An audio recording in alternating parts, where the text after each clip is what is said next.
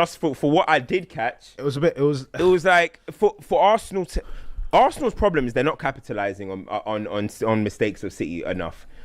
When you think there was a point when Arsenal were 8 point clear of Man City, right? 8 point clear. City have not won in 4, and then City clawed it back because they won 6 in a row. Yeah. Then Arsenal won 6 in a row, and then City dropped points. So Arsenal built the lead, but then City, all I'm trying to say is for everything that's happened, for Arsenal to only be 7 points clear after that period, is that they're not taking advantage enough of what points at the weirdest times, like the Chelsea game, the Villa game. It's when they see City, Liverpool. It's like when they see City have dropped. It's like Arsenal just don't rise. The issue I have with it is like, I don't know if you watch tennis, right? You know when it's kind of like, bro, can you just get this set over and done with? And then you're playing with your food a little bit. And I think Arsenal fans have a lot of PTSD from playing with their food in general. Yeah. The thing is, 7 points is a healthy gap. 3 games. The issue that comes though is when you have those weird moments like a Champions League night that doesn't go on, it leads over to the weekend, or City magically manage to get some momentum and whatnot, or you get that one injury, 7 points very quickly becomes 4, becomes 1. And that's the problem. Because right now, realistically, that 7 points should be at least... It should be like what PSG do. It should be like a good 11 at least. 11 at least. Facts. And that's the problem. And I think today with the Forest are not easy. It's not an easy place to go to, first and foremost. So getting the 1 point, okay, fine. No. You're going to the City ground against a low block, and you're starting Noni Madueke and Martinelli and Gyökeres. Red flag for me straight away. How have we got here? How do we expect this to penetrate a low block? That's concerning. Is that overthinking? Is that what's available? Wherever it is, there's something wrong there. It feels like as well that with their attack, something's not clicking with Arsenal. Yeah, offensively, it's weird because statistically, in that period where City dropped points, Arsenal were racking up goals actually, and they closed the goal difference. They actually joined on goal difference. They started scoring goals, but it's weird because individually, other than at a moment of when Trossard, it's a team thing. Some people are chipping in. Zubimendi scored and Rice and Odegaard. They're splitting it, but put it this way, their top goal scorer this season with 9 goals is Martinelli. Guess how many goals he's got in the Premier League?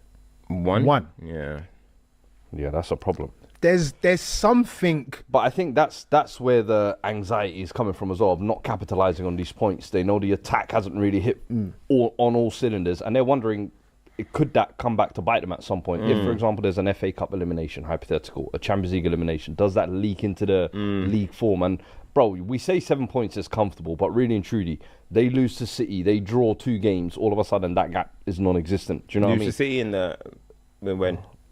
Oh, have they played City twice already? I think they've got City one more time this season. Oh, they've got City in April. Yeah. That's late though. Late. No, but he's just saying in terms of numbers. You can lose a game, draw 2 games. All of a sudden, the gap looks so much closer, and you're panicking where the gap was. Really and truly, Arsenal fans feel like what Liverpool had last year, where the title was decided by January. Everyone pretty much for the second half of the season was like, all right, cool, it's a given they're winning it. That's where Arsenal should be. They should be in coastal mode right now, but they're making it hard for themselves. But this is what I said a couple of weeks ago. The only team that can stop them from winning it is themselves. They need. It's easy to say this year because we give the City reference all the time about the one player. You know what? I'm bringing this home. It's easy to say it because we've seen it, but realistically, you need that. Like the elephant in the room. Sorry, thank you. Elephant in the room. Bukayo Saka's numbers, because we're going to talk about Cole Palmer as well. Bukayo Saka has not been set up because he knows Palmer's. But he's not been. Bukayo Saka's not been at the races. For no, of we're course. Talking contract negotiations, 300k. They called him the face of the club and the franchise player. Celebrate that by bringing your team home, man. It's not a thing. It's not about the quality. It's about this is what's needed now. You need someone that's going to rise above and bring it home. Yeah. Okay. Eze seems like he's not playing games. Cool. That signing maybe didn't work. Gyökeres, we're talking. Okay, cool. Maybe that didn't work. The one thing that's always worked and always stood up is this guy. Can you do it when it matters the most now? Can the manager utilize or create a system where he's enabled to go and do that? Because we can't act here that we're watching Arsenal and think to ourselves, hold on there. You mentioned about United, right? I mean, Fergie's last one. Not to be extremist, but this might be the stalest I've seen the team since then. to winning the Oh, title. hold on. You guys are being a bit harsh on that team. Man. That team, bro, we still had like Robin Van Persie banging in crazy.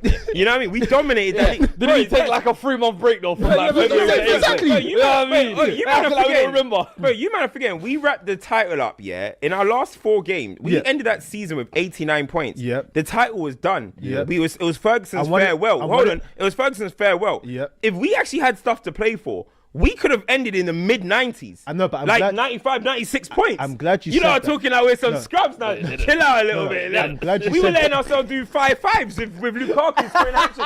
Ferguson's remember that last game of the season, didn't it? Chill out, lads. But look at the rest of the competition that season as well.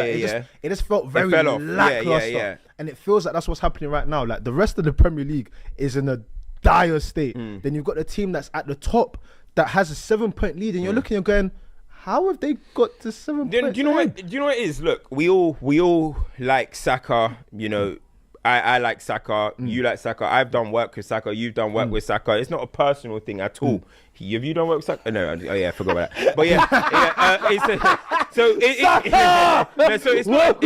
it's not a personal thing or anything like that, right? But look, if you're gonna have a world-class player, we call Saka world-class. Today he was on the bench, whether it was rested or not. At this time of the season, if Man City just dropped points, I would want my world-class, what they say, world-class winger starting these type of games and taking me home. You know what I mean? I just don't think we're seeing that level with Saka. And I've mentioned a few times about his hamstring injuries, how I think that's so detrimental to his career.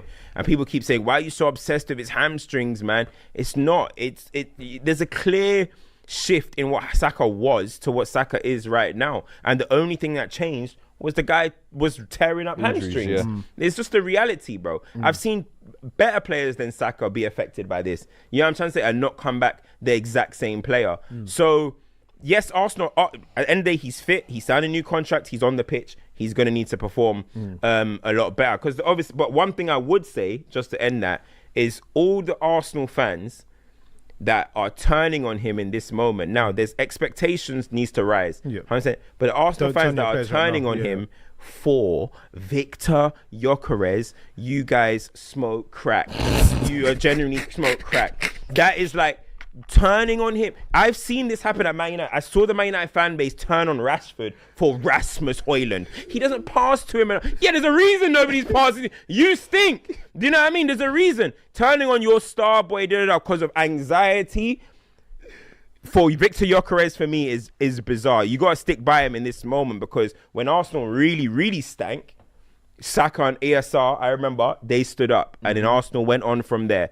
So, yes, Saka is not reaching the level, and I've never said Saka's a world-class winger, but at the end of the day, you still got to stick by him in this moment. Turning on him, writing in his comments, saying pass to Gyökeres in the middle of a title race.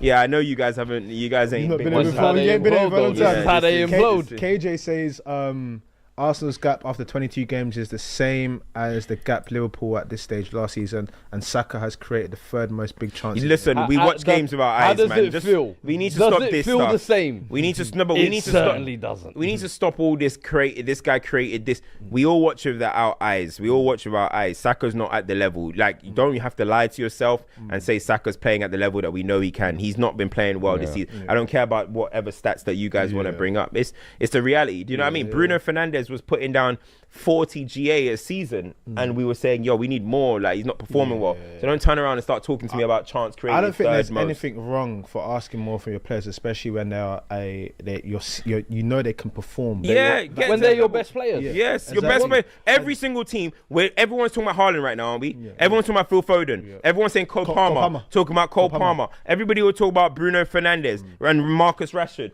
People are going on at Xavi Simons. This guy's not even their best player. at Xavi Simons. But when it's thingy, you're bringing out all this stats. Let's just be honest with ourselves. Yeah, no, it's an interesting one. Liam had his first game at the Bridge. Who? You know, Chelsea won today. Nobody even cares.